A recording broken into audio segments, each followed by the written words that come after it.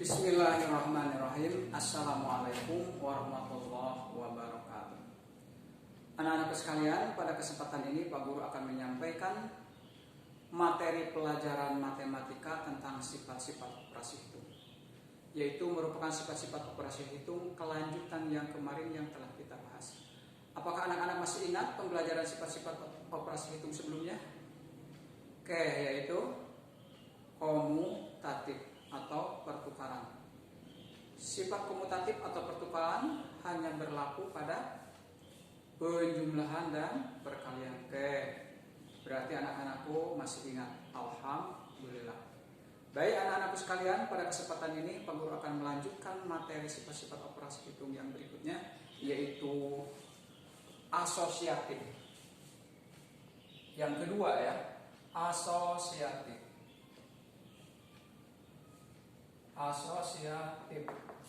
atau disebut juga dengan pengelompokan.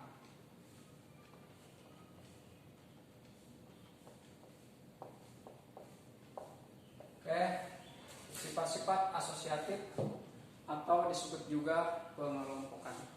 Anak-anakku, sebelum pelajaran ini dilanjutkan, mudah-mudahan anak-anakku bisa mengikutinya dengan serius, sungguh-sungguh, sehingga dapat mengikuti materi pelajaran ini dan dapat menerima materi pelajaran ini dengan baik. Oke, kita lanjutkan tentang materi hari ini, yaitu sifat-sifat operasi hitung, yaitu asosiatif atau pengelompokan. Contoh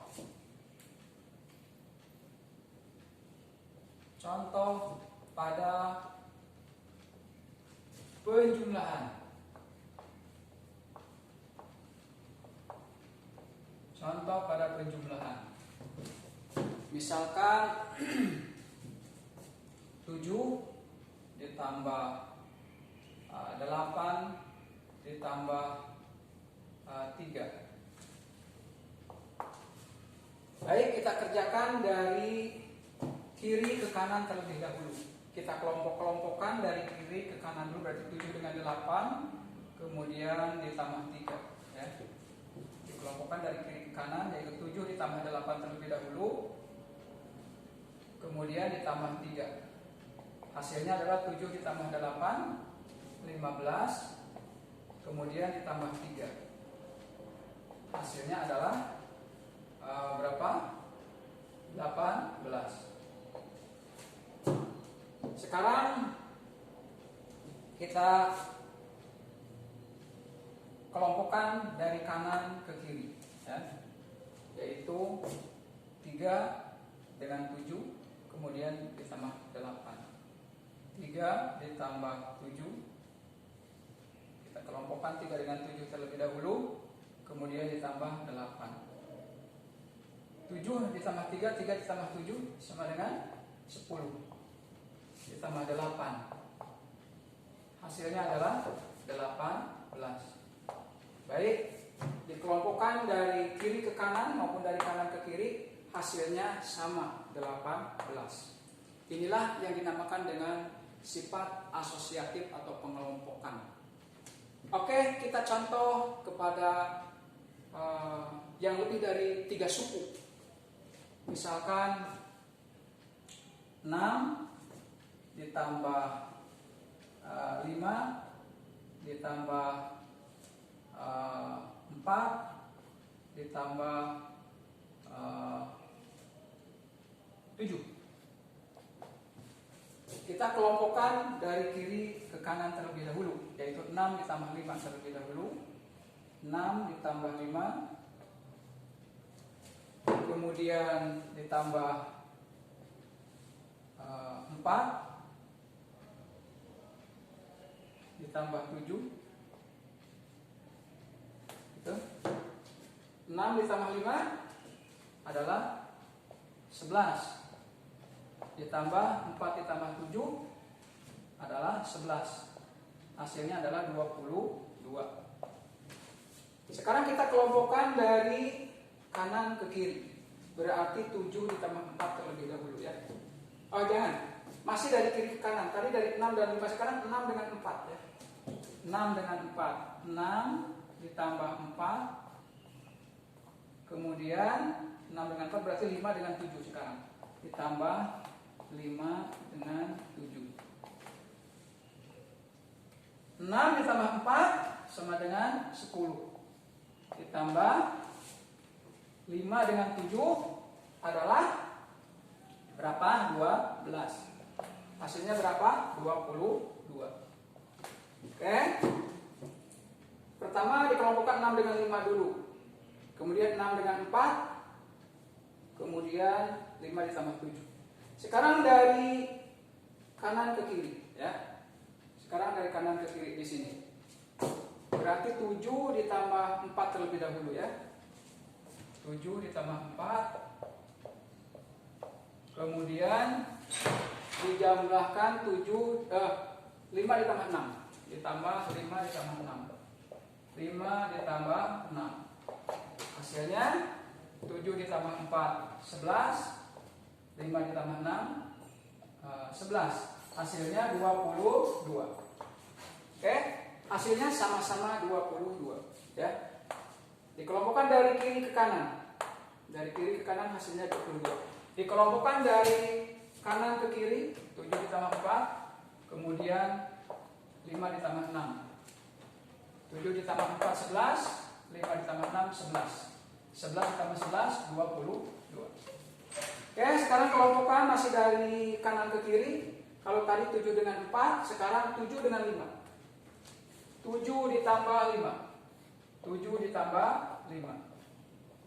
Ditambah 7 dengan 5, sekarang 4 dengan 6. 4 dengan 6. 4 ditambah 6.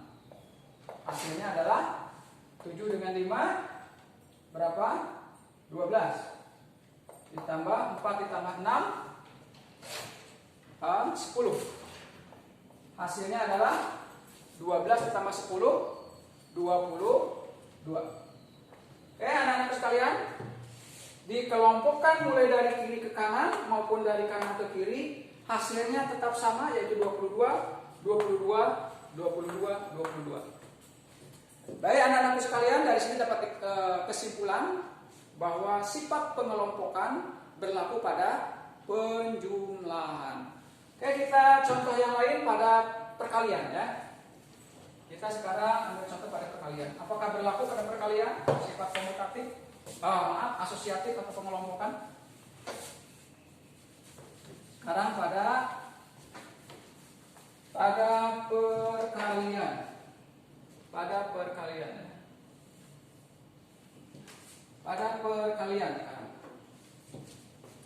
Contoh pada perkalian. Contoh pada perkalian. Contoh pada perkalian. Misalkan 7 dikali 5 dikali 2. Oke, kita kerjakan dari kiri ke kanan terlebih dahulu. Ya, kita kelompok-kelompokkan 7 dengan 5, kemudian ditambah 2. 7 ditambah 2, kemudian 7 dikali 2, kemudian dikali 5. Oke, ya, kita kelompok-kelompokkan. 7 dikali 5 terlebih dahulu kita kelompokkan. Suku pertama dengan suku kedua terlebih dahulu, ya. Kemudian dikali 2. 7 kali 5 35. Kemudian dikali 2, hasilnya adalah 70. Oke, sekarang kita kelompokkan 7 dengan 2 terlebih dahulu, ya. Suku pertama dengan suku ketiga, ya. 7 dikali 2, kemudian dikali 5. Bagaimana hasilnya? 7 kali 2 14 dikali 5, hasilnya 70 juga, ya. Oke, ini adalah perkalian yang memiliki 3 suku. Sekarang kita yang lebih dari 3 suku, 4 suku, ya. Misalkan 6 dikali 3 dikali 4 dikali berapa? Dikali 5. Oke. Kita kerjakan dari kiri ke kanan terlebih dahulu ya. Kita kelompokkan 6 dengan 3, kemudian 4 dengan 5 gitu ya. Baik. 6 kali 3 terlebih dahulu kita kelompokkan.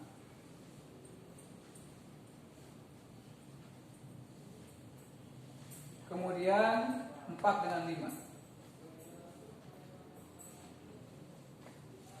Baik. 6 kali 3 18 dikali 4 kali 5 4 kali 5 20. Hasilnya berapa? Adalah 360 ya. 360. Baik, sekarang kita kelompokkan 6 dengan 4 ya. Suku pertama dengan suku ketiga ya. 6 dikali 4. Kemudian dikali 3 dikali 5. Hasilnya adalah 6 kali 4 24 dikali 3 kali 5 15. Hasilnya berapa? 360 juga. Oke. Sekarang kita kelompokkan 6 dengan 5 terlebih dahulu ya. Kemudian 3 dengan 4.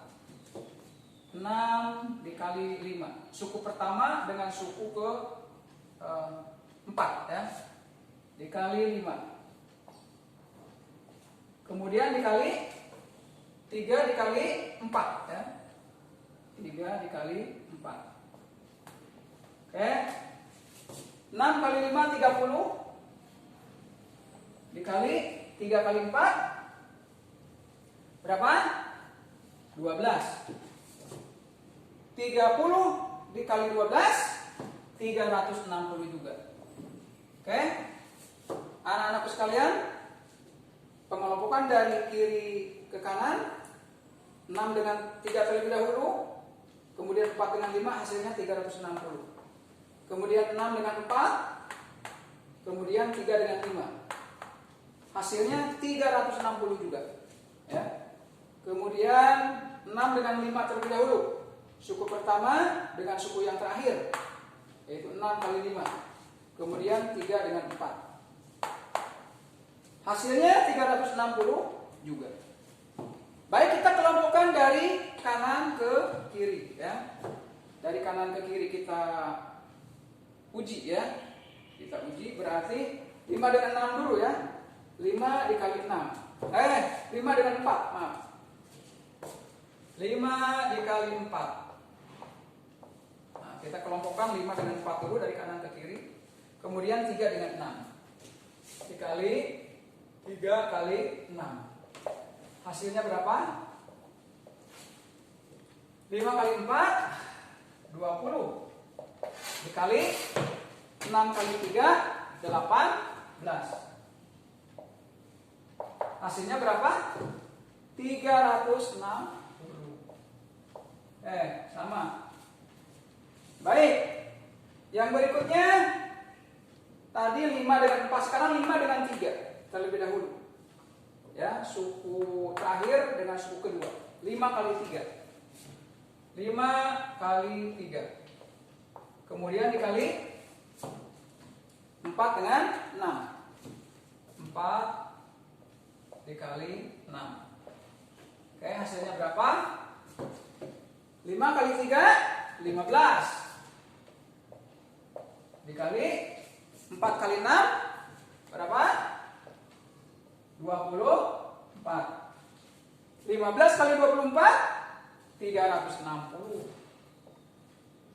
Oke, sama hasilnya 360. Masih dari kanan ke kiri yang terakhir sekarang. Tadi 5 dengan 3, sekarang 5 dengan 6. 5 merupakan kelompok suku yang terakhir dan 6 adalah suku yang pertama. Kalikan dengan 4 kali 3.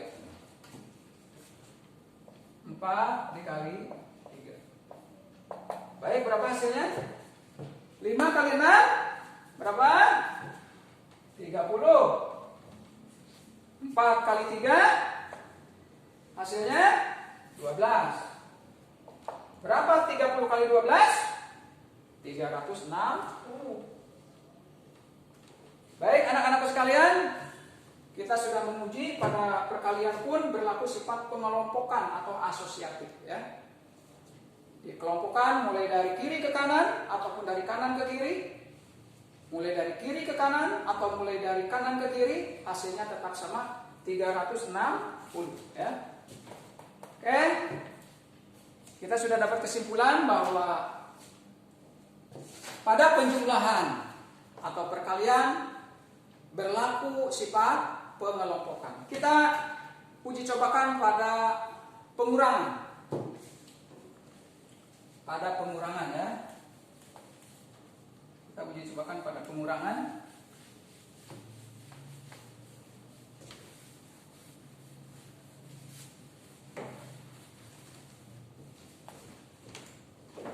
Yang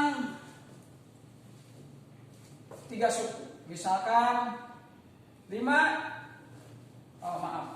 pengurangan, pada pengurangan ya. Pada pengurangan.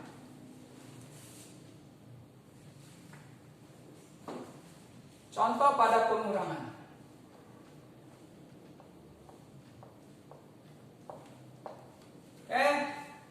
Misalkan 5 dikurangi 3 dikurang 1. Kita kelompokkan 5 dengan 3 terlebih dahulu ya, dari kiri ke kanan. 5 dikurangi 3 kemudian dikurangi 1. Berapa hasilnya? 5 dikurangi 3, 2 ya. Dikurangi 1. Hasilnya berapa? 1 ya. Oke. Sekarang 5 dikurangi 1. Suku pertama dengan suku yang ketiga.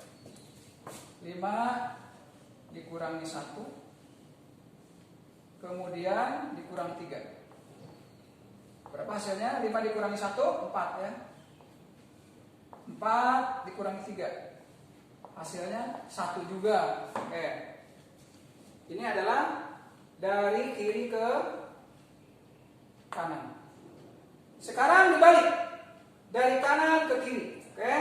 Berarti mana dulu? 1 dikurangi 3 ya. 1 dikurangi 3.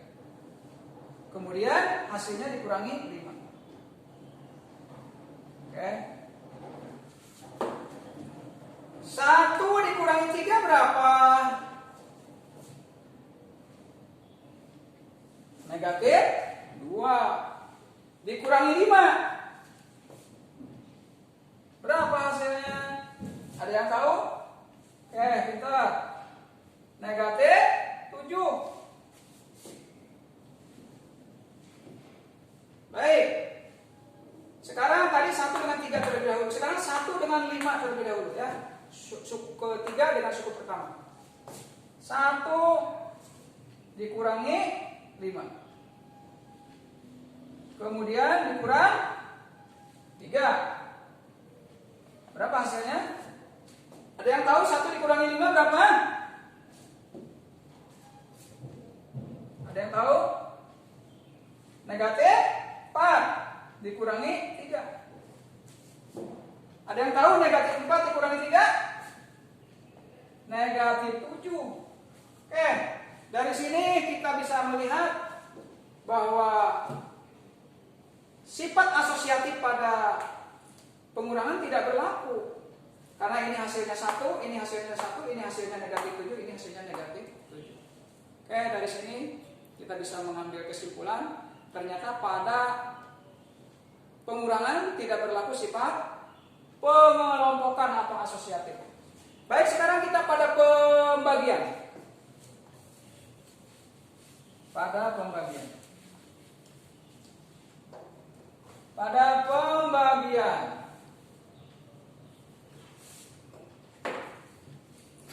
Pada pembagian.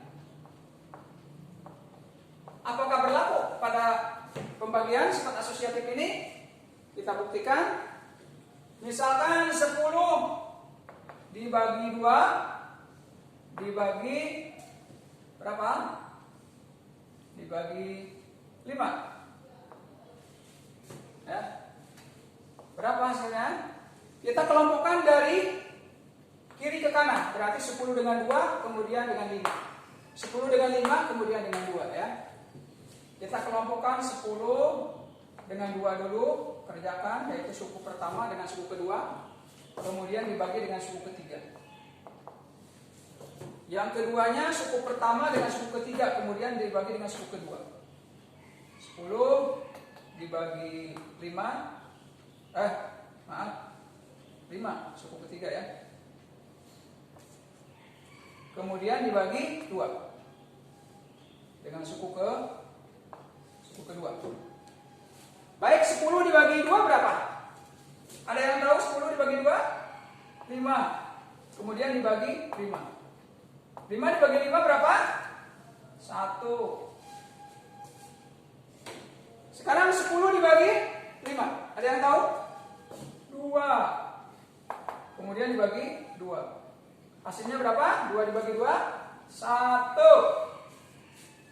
Ini adalah pengelompokan dari kiri ke kanan. Sekarang kita balik dari kanan ke kiri. 5 dibagi 2, kemudian hasilnya dibagi 10. Kemudian 5 dibagi 5 dibagi 10, kemudian hasilnya dibagi 2. Ya. 5 dibagi 2. Kemudian dibagi 10. Berapa hasilnya? Kemudian 5 dibagi 10. 5 dibagi 10. Kemudian hasilnya dibagi 2. Oke. 5 dibagi 2 berapa? Ada yang tahu 5 dibagi 2 berapa? 2,5, 2,5 atau 2,5. Dibagi 10. Ayo, berapa?